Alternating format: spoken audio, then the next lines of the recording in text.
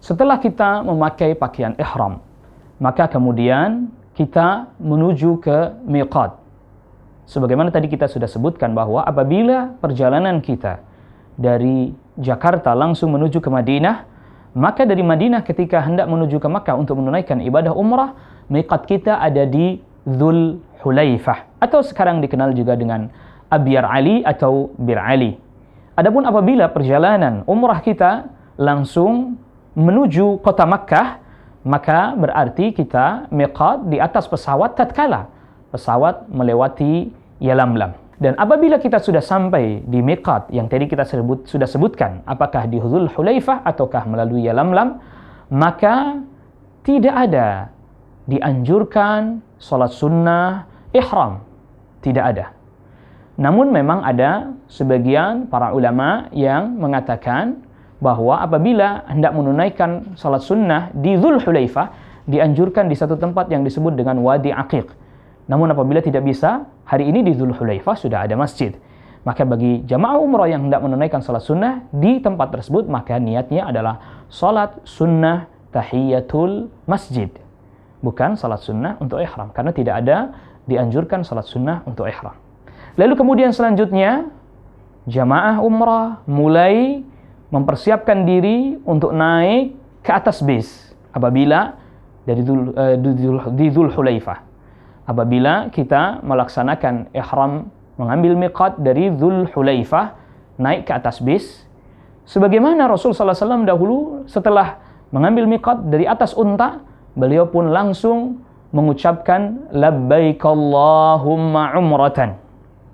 Ya, Rasul SAW mengucapkan labbaik Allahumma umratan. Ya, sekali lagi Rasul SAW membaca labbaik Allahumma umratan. Jadi setelah naik ke atas bis, para calon jamaah umrah langsung mengucapkan labbaik Allahumma umratan. Hatinya meniatkan menunaikan ibadah umrah. Bisa juga dengan mengucapkan labbaik Allahumma umratan la riya'a fiha wala sum'ata. Tidak ada keriaan di dalamnya dan juga tidak ada ingin didengar dan terkenal oleh manusia. Lalu kemudian apabila kita setelah mengucapkan labbaik Allahumma umratan, meniatkan dalam hati untuk menunaikan ibadah umrah, ada satu hal lagi. Kita diperkenankan untuk memberikan syarat, yaitu memberikan persyaratan apabila misalnya kita tidak bisa melanjutkan ibadah umrah kita, seperti misalnya di Makkah terjadi peperangan, kerusuhan atau semisalnya, sehingga kita tidak bisa menunaikan dan melangsungkan ibadah umrah kita, maka kita boleh mengucapkan syarat, yaitu Allahumma mahilli haitsu habastani. Ya Allah, tempat tahallulku di tempat di mana engkau menghalangi aku. Sehingga misalnya para jamaah umrah tidak bisa menunaikan ibadah umrah karena Makkah sedang peperangan, sedangkan dia sudah di perjalanan dan dalam keadaan memakai ihram, maka di tempat dia tidak bisa melangsungkan perjalanannya menuju Makkah untuk menunaikan ibadah umrah, maka dia boleh melakukan tahallul dan tidak membayar dam atau denda, dan tercatat baginya seperti sudah menunaikan ibadah umrah, lalu kemudian ia pulang kembali.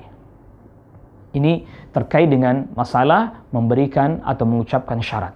Setelah mengucapkan niat dan juga mengucapkan syarat itu tadi, maka para jamaah umrah dianjurkan untuk memperbanyak membaca talbiyah yang redaksinya sebagaimana berikut. Labbaik Allahumma labbaik, labbaik la syarika laka labbaik, innal hamda wan ni'mata laka wal mulk la syarika lak. Kita ulangi lagi. Labbaik Allahumma labbaik, labbaik la syarika laka labbaik, innal hamda wan ni'mata laka wal mulk la syarika lak. Baik, kita ulangi sekali lagi. Labbaik Allahumma labbaik, labbaik la syarika laka labbaik, innal hamda wan ni'mata laka wal mulk la syarika lak. Itu dianjurkan untuk memperbanyak membaca talbiyah sampai masuk ke kota Makkah.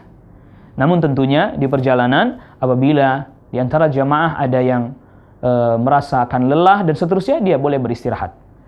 Dan perlu kita sama-sama ketahui apabila dalam perjalanan tersebut, seperti misalnya perjalanan dari Madinah menuju kota Makkah, lalu kemudian di perjalanan masuk waktu salat misalnya, maka kita diperkenankan untuk menjamak dan mengqasar salat tersebut.